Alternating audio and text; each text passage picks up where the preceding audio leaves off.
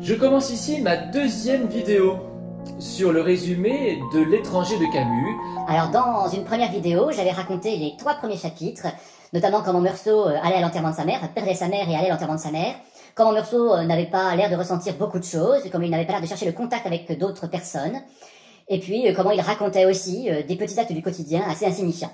Dans cette deuxième vidéo, je commence donc par le résumé du chapitre 4 de la première partie. Lors de ce chapitre, Meursault est au centre de l'action, uniquement dans la première partie du chapitre. Il raconte surtout une sortie à la mer avec Marie, qui lui montre un jeu. Leur relation est très tendre, puis ils rentrent chez lui pour passer la nuit ensemble. En préparant le déjeuner, des bruits éclatent dans l'appartement de Raymond. Je me rappelle, Raymond c'est le voisin, Raymond Synthèse, c'est le voisin de Meursault qui a l'air d'être un peu proxénète. Apparemment, Raymond frappe sa maîtresse qui est revenue. Tout le monde sort sur le palier. Un voisin revient avec les gendarmes. Raymond doit attendre d'être convoqué au commissariat. Et puis sa maîtresse quitte l'appartement sous la protection des gendarmes. Marie s'en va de chez Meursault après déjeuner, après cette affaire qui l'a troublée. Et aussi parce qu'en fait, elle a demandé à Meursault si il l'aimait, et il a répondu qu'il ne savait pas. C'est encore un indice d'un personnage qui a priori ne ressent pas beaucoup de sentiments. Raymond entre dans sa chambre à 3 heures et ils passent l'après-midi ensemble. Raymond lui demande d'être son témoin au commissariat. Meursault ne sait pas vraiment ce que cela implique, mais il dit oui.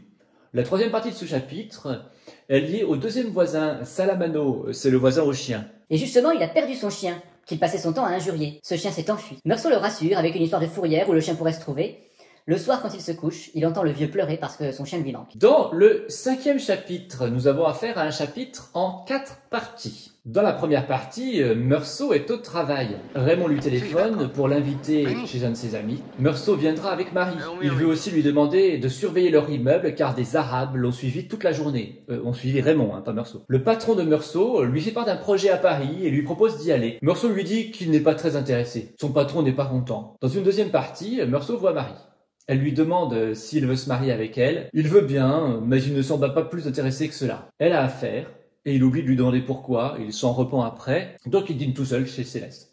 Enfin, tout seul, c'est justement la troisième partie. Une bizarre femme s'invite à sa table, très psychorigide, elle calcule tout, chaque plat du menu, puis elle s'en va après avoir mangé. Il décide de la suivre, on ne sait pas vraiment pourquoi, et il finit de toute façon par la perte de vue. Enfin chez lui, il discute avec Salamano, qui vient lui donner des nouvelles de son chien. Il lui fait la conversation, même s'il est fatigué et que Salamano l'ennuie. Salamano dit qu'il le trouve sympa. Jusque-là, le personnage de Meursault n'a pas l'air d'éprouver encore de grands contacts avec les autres personnages. Il n'est pas fin dans ses réponses aux autres personnages, aussi bien envers son patron qu'envers Marie. Quand Marie lui demande de se marier avec lui, il dit oh, pourquoi pas, mais on sent bien que ça n'intéresse pas plus que ça. Les relations sociales, en fait, ne sont pas son fort. Pourtant, quand on a accès à ses pensées, on se rend compte que il y a davantage de choses que ce dont il donne l'air. J'en arrive au résumé du chapitre 6. Alors c'est un chapitre extrêmement important du livre et c'est le chapitre qui clôt la première partie. Après un début de journée vaseux, Meursault est vite déridé par Marie.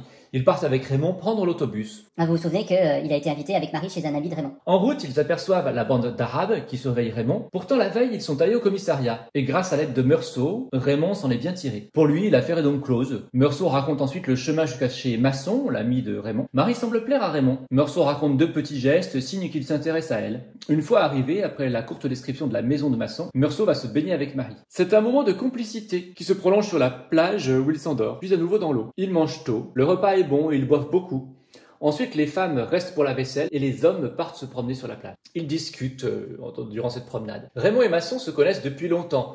Ils rencontrent 2 Arabes. Alors je tiens à dire que c'est bien comme ça que les appelle Camus dans l'étranger. Arabe, c'est une façon dont il désigne les Algériens de souche apparemment. Et donc, ils rencontrent 2 Arabes, dont celui qui en veut à Raymond. Car il est, je le rappelle, le frère de son ex, c'est arabe. Ils se bagarrent avec Raymond et Masson. Les 2 amis de Meursault ont le dessus, jusqu'à ce qu'un des 2 Arabes sorte un couteau et blesse Raymond. La bagarre se finit là-dessus. Raymond se fait soigner par un médecin du coin, il est énervé. Il repart se calmer tout seul sur la plage. Meursault le suit parce qu'il veut l'accompagner, il a peur aussi qu'il fasse une bêtise.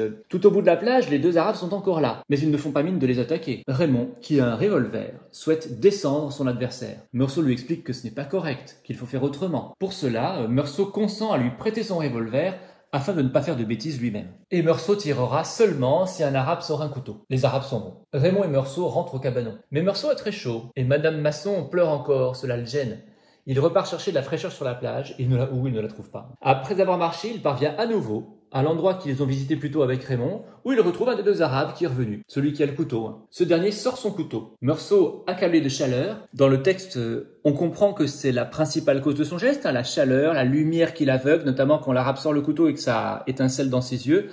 Lumière qui lui rappelle l'enterrement de sa mère et qui donc lui rappelle des sensations très désagréables. Et donc Meursault, accablé de chaleur, tire sur l'Arabe et le tue. Et il tire encore 4 balles sur le corps. Je termine ici ma deuxième vidéo et la première partie de L'étranger de Camus avec dans le chapitre 6 ce retournement, ce personnage de Meursault, l'étranger qui semble justement étranger un petit peu à tout le monde, étranger aux sentiments. Il y a là un retournement parce qu'il tue quelqu'un et donc toute la deuxième partie du roman va être consacrée à son procès et à son attente en prison.